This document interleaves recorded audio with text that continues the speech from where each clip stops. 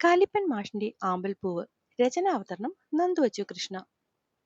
ഒരു കുഞ്ഞ് ഓടിട്ട വീട്. പക്ഷേ അതിന് ചുറ്റുപാടും എന്തു ഭംഗിയാണെന്നോ. ചുറ്റും മരങ്ങളും ചെടികളും വള്ളിപ്പടർപ്പുകളും മുല്ലയും പിച്ചിയും. അങ്ങനെ ആകെ അവിടെ ഒരു ആശ്രമം പോലെ തന്നെ. അവളുടെ കണ്ണുകൾ വിളിച്ചു പറയുന്നുണ്ടായിരുന്നു പെണ്ണിന് ആ സ്ഥലം എന്തോരം ഇഷ്ടപ്പെട്ടെന്ന്. അശോകനും വസുവിനും വിഷ്ണുവിനുമൊക്കെ പെണ്ണിന്റെ മുഖം കണ്ട് എത്ര സന്തോഷമായി എന്ന് പറയുന്നതിലും അപ്പുറമായിരുന്നു ദൂരെ മാറി ജനലഴികളിലൂടെ അവളെ മാത്രം നോക്കി നിന്നവന്റെ കണ്ണിലെ സന്തോഷം. അമ്പു പുറത്തു തന്നെ നിൽക്കുന്നേയുള്ളൂ, അകത്തോട്ട് കയറുന്നില്ലേ? ഇത് ഇതാരുടെ വീടാ വിഷ്ണുവേട്ടാ? അവളുടെ മുഖത്തെ ആകാംക്ഷയിൽ വിഷ്ണു വസുവിനെ നോക്കിയും ചിരിച്ചു. അതൊക്കെ പറയാം, മോൾക്ക് ഇഷ്ടമായോ ഇവിടെ? ആയോന്നോ? നമ്മുടെ മാഷച്ചന്റെ വീടില്ലേ വൃന്ദാവനം, അതുപോലെയില്ലേ വസുവേട്ടാ? അതുപോലെ നമ്മുടെ ആശ്രമം, അവിടെ ഇങ്ങനെ നിറയെ മരങ്ങളില്ലേ? നോക്കിക്കേ, മുല്ലയും പിച്ചിയും കൂടെ പിണഞ്ഞു കയറിയിരിക്കുക. എന്റെ ദേവി, എന്ത് രസാ ഇവിടെയൊക്കെ, അല്ലേ അച്ഛാ? മാസങ്ങൾക്കിപ്പുറം കാണുന്ന മകളുടെ സന്തോഷത്തിൽ നിന്നും കണ്ണെടുക്കാതെ നിൽക്കുകയായിരുന്നു അശോകൻ. അവൾ പറയുന്ന പലതും കേട്ടില്ല. അച്ഛാ, കേട്ടോ ഞാൻ പറഞ്ഞേ?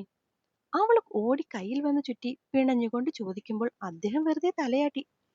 അതെ, പുറത്തുനിന്ന് സൗന്ദര്യം ആസ്വദിക്കാതെ എന്റെ കുഞ്ഞ് വലതുകാലം വെച്ചൊന്ന് കയറിയേ. മൂളിക്കൊണ്ട് അച്ഛന്റെ കയ്യും പിടിച്ച് നടക്കുന്നതിനിടയിലാണ് വലതുഭാഗത്ത് വലിയൊരു തറവാട് വീട് പോലെ കാണുന്നത്. രണ്ടിന്റെ മുറ്റം ഒന്നാണ്. ശരിക്കും പറഞ്ഞാൽ ഒരു വീട്. ഈ വീടിന്റെ ഒരു ഭാഗമാണ് ആ തറവാട്, അല്ലെങ്കിൽ ആ തറവാടിന്റെ ഒരു ഭാഗം പോലെയുള്ള ചായിപ്പാണ് ഈ വീടെന്ന് നോക്കിയാൽ പെട്ടെന്ന് മനസ്സിലാവും.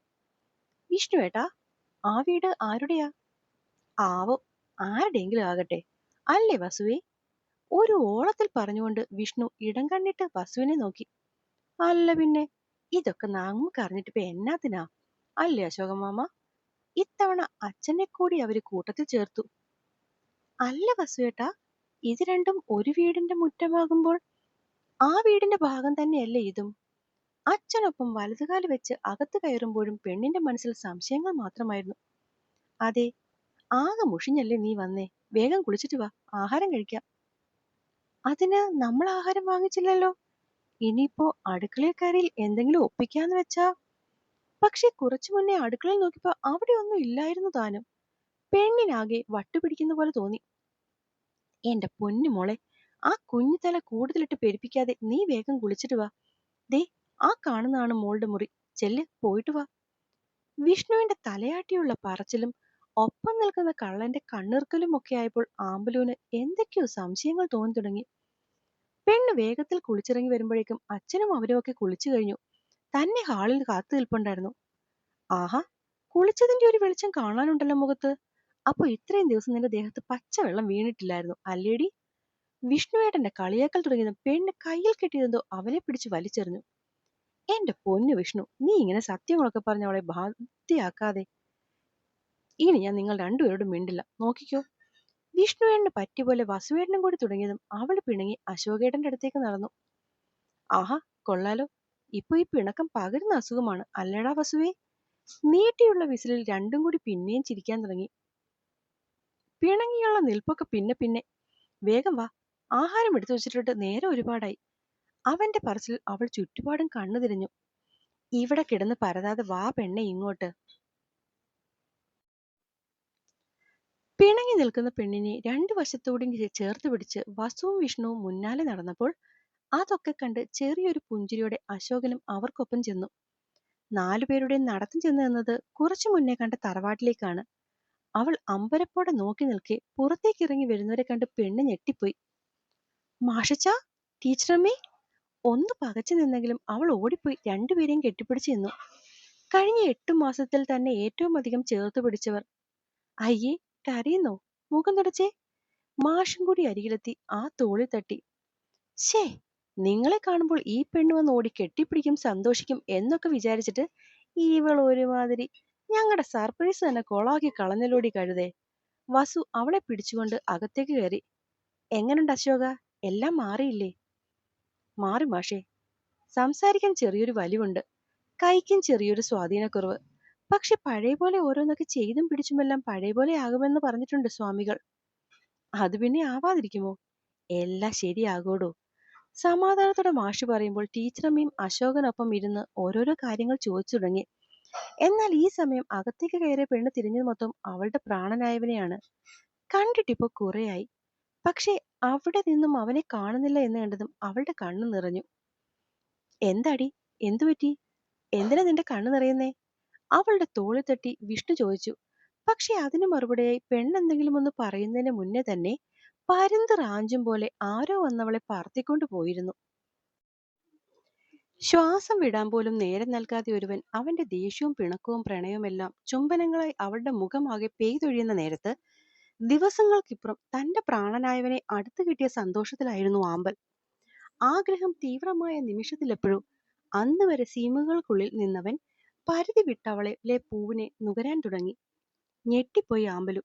ഇരു കണ്ണുകളും മിഴിഞ്ഞു വന്നു. വിരലുകൾ അവന്റെ നെഞ്ചിൽ നോവ് നൽകി. നോട്ടം ആ ഒരുവനിലേക്ക് മാത്രമായി ചുരുങ്ങിപ്പോയി. ആ പേടിയിലും ആദ്യമറിയുന്ന അനുഭൂതി പോലെ അവളും എപ്പോഴും അവനിലേക്ക് മാത്രമായി ചുരുങ്ങിപ്പോയി. ഇത്തിരി കഴിഞ്ഞതും ശ്വാസമെടുക്കാൻ പാടുപെട്ട് പെണ്ണ് കുതിർന്നു എന്നറിഞ്ഞപ്പോൾ മാത്രം ഏതൻ അവളുടെ ചുണ്ടുകളെ തന്നേന്ന് മെല്ലെ അകറ്റി. ആയത്തിൽ ശ്വാസം വലിച്ച് പിന്നിലെ ഭിത്തിയിലേക്ക് ചാരി നിന്നവൾ മിഴികൾ ഉയർത്തി അവനെ നോക്കുന്നില്ല എന്ന് കണ്ടതും അവളുടെ മുഖം തന്റെ കൈക്കുമ്പിളെടുത്ത് നെറ്റിയിൽ നെറ്റിമുട്ടിച്ചവൻ നിന്നു. അതുപോരാൻ തോന്നിയതും പിന്നെയും അമർത്തി കെട്ടിപ്പിടിച്ചു. ഇത്രയും ദിവസം കാണാതിരുന്ന വിരഹം അത്രയും അവളെ അറിയിക്കും പോലെയായിരുന്നു അവന്റെ പ്രവൃത്തികൾ ഓരോന്നും. അതിനൊക്കെയും നിന്നു കൊടുക്കുമ്പോൾ അവൾക്കറിയാമായിരുന്നു എന്തിനാവും ഈ ദേഷ്യവും പിണക്കവും എന്നൊക്കെ. ഇനി ഞാൻ വിടില്ല, ഞാൻ പോവുകയുമില്ല. പിന്നെയും അവൻ അവളെ വിട്ടുപോകാൻ വയ്യാത്ത പോലെ കെട്ടിപ്പിടിച്ചു ചുംബിച്ചു. ഞങ്ങൾക്ക് അകത്തോട്ട് വരാമോ? ആരെങ്കിലും ഈ മുറിയുടെ വാതിലൊന്ന് തുറക്കുമോ? ഒരേപോലെ രണ്ട് സ്വരം എത്തി. ഈ രണ്ടിനും വേറെ ഒരു പണിയുമില്ലേ? ദേഷ്യത്തോടെ പറയുന്നതിനൊപ്പം അവന്റെ പിടുത്തം അവളിൽ മുറിയതല്ലാതെ തെല്ലുവായുന്നില്ല. ഇനി തുറന്നില്ലെങ്കിൽ ഞങ്ങൾ ഡോർ തല്ലിപ്പൊളിക്കും കേട്ടോ. വിഷ്ണുവേണ്ട ശബ്ദം പിന്നെയും കേട്ടതും ഇവിടെ പിടുത്തം ഒന്നുകൂടി മുറുകിയതേ ഉള്ളൂ. വാ, ഡോർ തുറക്കാം. അവന്റെ പിടുത്തം അയക്കാൻ നോക്കി അവൻ മെല്ലെ പറഞ്ഞതും എന്തോ വാശി പോലെ അവൻ അവളിൽ നിന്നും വിട്ടുമാറിയില്ല. യദു, ഡോർ തുറന്നേ. ഇത്തവണ വസുവേണ്ട ശബ്ദത്തിൽ ഗൗരവമുണ്ടെന്ന് തോന്നിയതും ആമ്പൽ ഏതനെ തള്ളി മാറ്റി.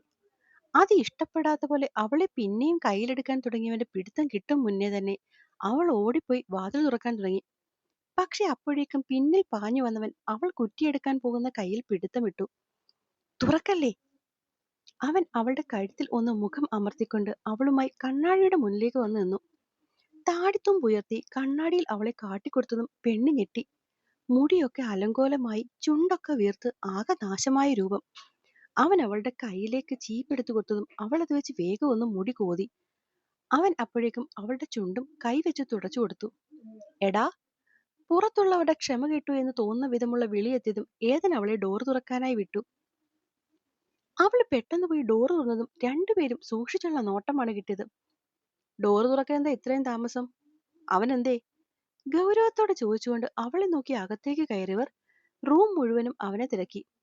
കാണാതെ വന്നതും രണ്ടുപേരും തിരിഞ്ഞവളെ നോക്കുമ്പോൾ പെണ്ണിന്റെ കണ്ണ് മുകളിലേക്കാണ്.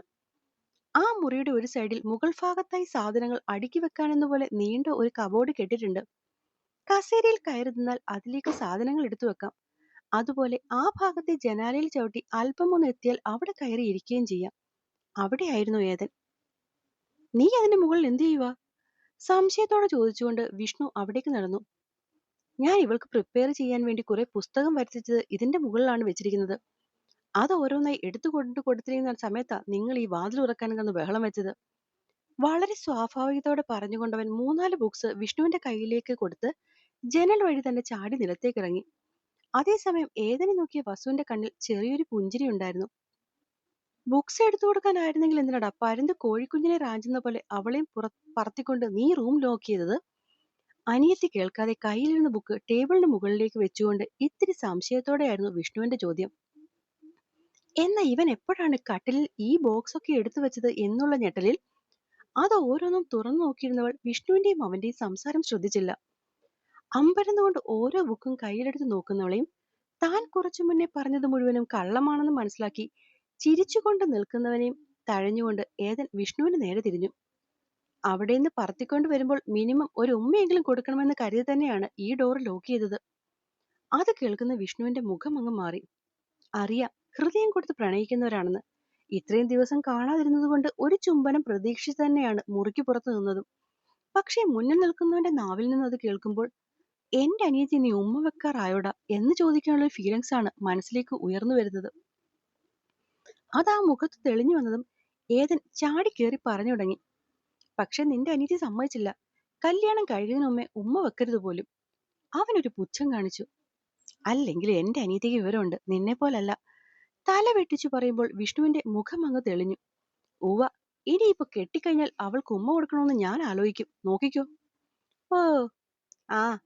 രണ്ടുപേരും പരസ്പരം പുച്ഛിച്ചു മാറിയപ്പോൾ വിഷ്ണു സ്നേഹത്തോടെ പോയി പെങ്ങളുകുട്ടിയുടെ തോളോട് ചേർത്ത് പിടിച്ചു. കൂട്ടുകാരനെ ഉരുട്ടിപ്പരട്ടി വിട്ടു അല്ലേടാ? വസു അടക്കത്തിൽ ചോദിച്ചതും ഏതൻ അവനടുത്തേക്ക് അല്പം കൂടി നീങ്ങി. വല്ലവന്റെയും പെങ്ങളെ നമ്മൾ ഉമ്മ വെച്ചാലും പ്രണയിച്ചാലും കൂടെ നിൽക്കുന്ന കൂട്ടുകാരൻ ചങ്കും കരളും തന്ന് നമുക്ക് സപ്പോർട്ട് നൽകും. പക്ഷെ അതേ സ്ഥാനത്ത് സ്വന്തം പെങ്ങളുടെ അടുത്താണെന്ന് അറിഞ്ഞാലുണ്ടല്ലോ, ഈ ഇവന്മാര് തന്നെ ആദ്യം നമ്മുടെ ചങ്കിൽ കേറ്റും. അതുകൊണ്ട് തൽക്കാലം ഈ ആങ്ങളെ അറിയണ്ട അവന്റെ പെങ്ങൾക്ക് ഞാൻ കൊടുത്തു തന്നു. കാര്യം കൂട്ടുകാരൻ അവൻ 101% തങ്കമാണ് വസൂട്ടാ. പക്ഷെ പെങ്ങളുടെ അടുത്ത് ഞാൻ ഒരു ഇച്ചിരി നേരം കൂടുതലിരുന്നാൽ അവന്റെ സ്വഭാവം പക്കാ കൂതറയായിട്ട് മാറും. എന്റെ ഒരു ഗതികേട്. നെഞ്ചിൽ കൈവച്ച് പറയുന്നതിനെ നോക്കി അറിയാതെ പോലും വസു ഉറക്കെ പൊട്ടിച്ചിരിച്ചുപോയി. അപ്പോ അടുത്ത ഭാഗമായിട്ട് നമുക്ക് വേഗത്തിൽ തന്നെ കാണാമേ. നന്ദി.